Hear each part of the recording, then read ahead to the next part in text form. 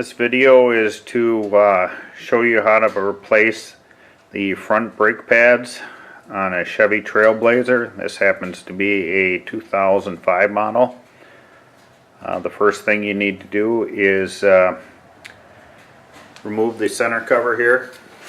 If you don't have the assistance of air tools, you'll need to break loose the tightness of the lugs. Apply your parking brake. Jack the vehicle up, place it on jack stands, and block the rear wheels. Now we can remove the tire.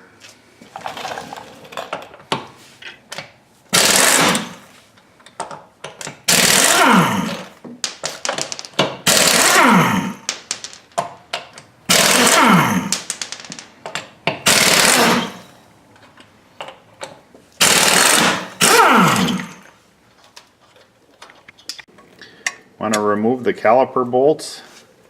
They are 13 millimeter.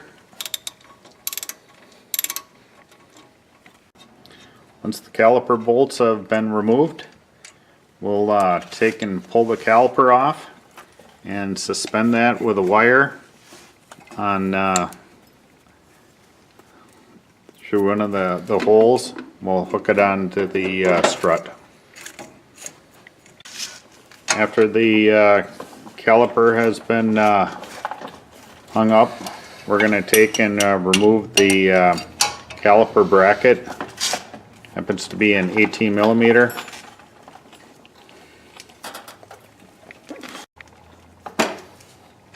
They're a little tight. You may need to use a breaker bar for extra leverage.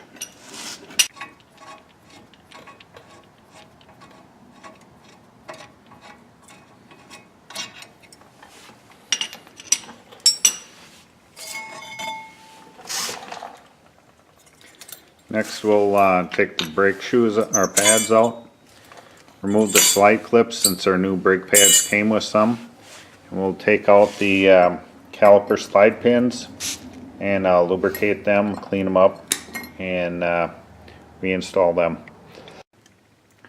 This happens to be a special grease for brakes. It is brake caliper grease.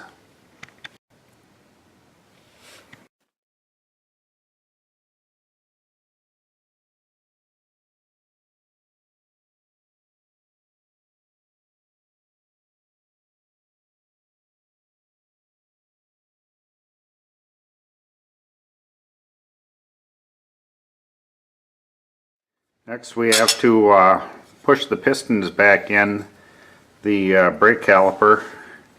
I loosened the cap on the master cylinder reservoir, and we're going to screw these back in with a tool. If you don't have this tool, you can use a C-clamp and push the piston back in. Since this is a dual piston caliper, we'll have to push one side in and then switch it over and do the other side.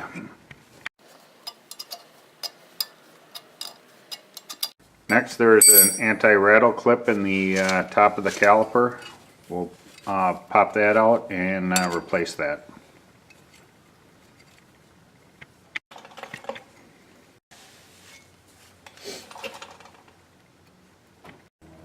We have new slide clips. If it is extremely rusty right here, you need to clean that up to prevent binding, and we'll replace the slide clips and then install the brake pads to the caliper bracket and reinstall the caliper bracket.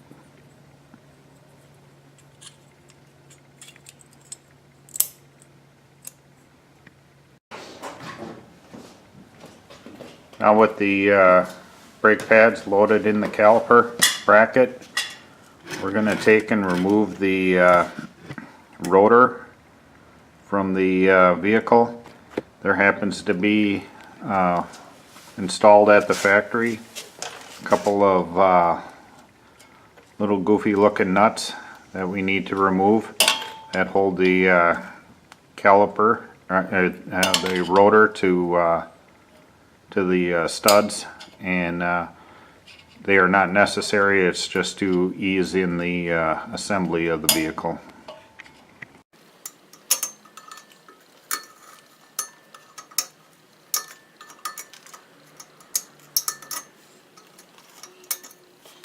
Now with those removed, if the rotor happens to be stuck on there a little bit, there are 2 screw holes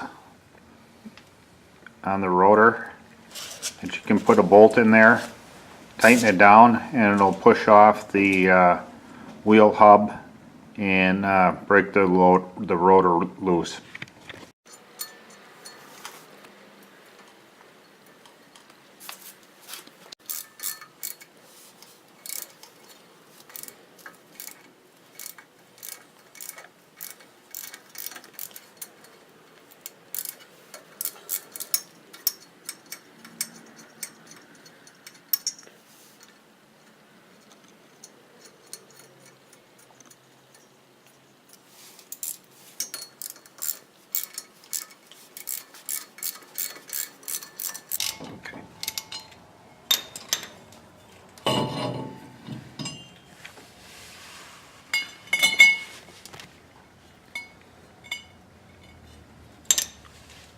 If you're replacing this rotor, that's fine.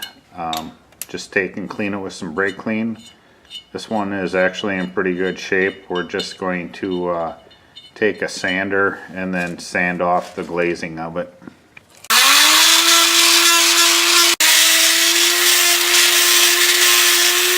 Now that the rotor is installed, we'll put the caliper bracket on, preloaded with our brake pads, and we'll put some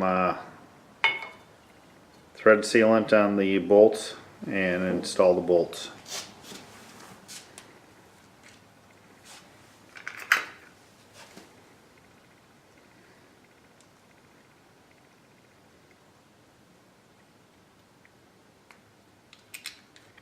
Okay, now we will take the wire off of the caliper. I already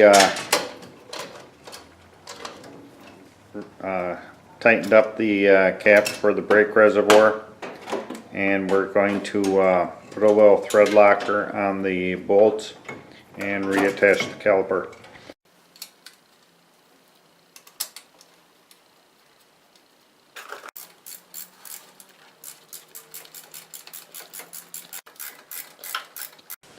It's time to put the tire back on. We'll start the lug nuts by hand and torque them down with the impact.